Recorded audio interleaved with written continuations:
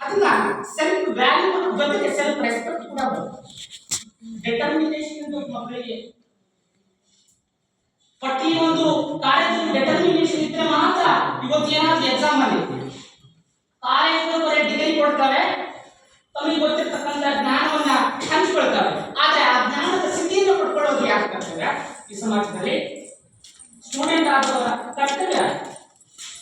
ಜ್ಞಾನ ಸುಮ್ಮನೆ ಪಾಠ ಮಾಡೋದ್ರಿಂದ ಬರಲ್ಲ, ಜ್ಞಾನ ಸಿದ್ಧಿಯಿಂದ ಬರುತ್ತೆ. ಅಂತ ಸಿದ್ಧಿಯನ್ನು ಪಡ್ಕೊಳ್ಳೋದು.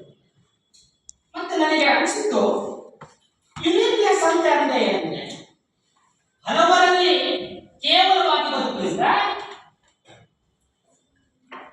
ಸಾಮಾನ್ಯವಾಗಿ ಬದುಕುವುದಿಲ್ಲ, ಅಸಾಮಾನ್ಯವಾಗಿ ಬದುಕುವಂತ ಪರಿಜ್ಞಾನ ಇಟ್ಕೋಬೇಕು. ಪ್ರತಿಯೊಂದು ದಿನಮಾನಗಳಲ್ಲೂ ತಂದೆ ತಾಯಿಯ ಬೆವರಿನ ಹಣೆ ಆ ನೆನಪು ನೀವು ಪಡ್ತಿರೋ ಈ ಸಂತೋಷ, ಈ ಸುಖ ಎಲ್ಲ ನಿಮ್ಮ ತಂದೆ ತಾಯಿಗಳ ಪರಿಶ್ರಮದ ಒಂದು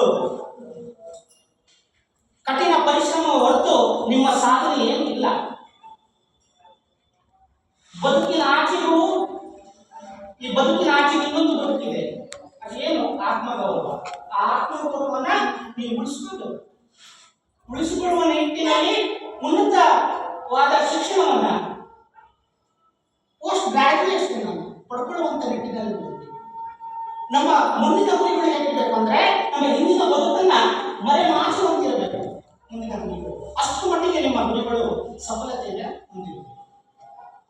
ಬದುಕಲ್ಲಿ ನಾವೇನಾದರೂ ನೆನಪಾಗಿ ಉಳಿಯುವಂತ ಕೆಲಸ ಮಾಡಬಾರ್ದು, ನೆನಪಾಗಿ ಉಳಿಯುವಂತ ಕೆಲಸ ಮಾಡಬೇಕು. ಇವತ್ತು ಫೈನಲ್ ಇಯರ್ ಸ್ಟೂಡೆಂಟ್ಸು ಅವರ ಬಿಡುಗಡೆ ಸಮಾರಂಭ ಎಲ್ಲ ಒಂದು ಕಡೆ ಖುಷಿ ನೀಡ್ತಾ ಇದ್ರೆ, ಇನ್ನೊಂದು ಕಡೆ ಪಾಪ ಜೊತೆಗೆ ಅವರು ಕಳೆದಂತ ಸಮಯ, ನಗು, ಮತ್ತೆ ಈ ಕಾಲೇಜಿನಲ್ಲಿ ಅವರಿರ್ತಕ್ಕಂಥ ಒಂದು ಗೆಸ್ಚರ್ ಎಲ್ಲ ಒಂದು ಕಡೆ ಒಂದು ಪವರ್ಫುಲ್ ಫೀಲಿಂಗ್ಸ್ ಇವತ್ತೆಲ್ಲ ಒಂದು ಕಡೆ ಕಣ್ಣೀರನ್ನ ತರಿಸಿದ್ರು ಕೂಡ ನಾನು ಹೇಳಿದಂಗೆ ಆ ರೀತಿ ನೀವು ಜೂನಿಯರ್ಸ್ ಕಲಿಬೇಕು. ಅದಕ್ಕೆ ಹೇಳ್ತಿದ್ದೀನಿ, respected your teachers and respected your parents. ಬದುಕಲ್ಲಿ ಸೋತಾಗಿ ಯಾರು ಬರಲ್ಲ, ಗೆದ್ದ ಮೇಲೆ ಚಪ್ಪಾಳೆ ಕಟ್ಟೋದ್ರಿಂದ ಅದಕ್ಕೂ ಮಾತಾಡುವಂತ ಭಾವನೆಗಳನ್ನ ಬೆಲೆ ಹಚ್ಚುವಂತ ಕೆಲಸವನ್ನ ಮಾಡಬೇಕು.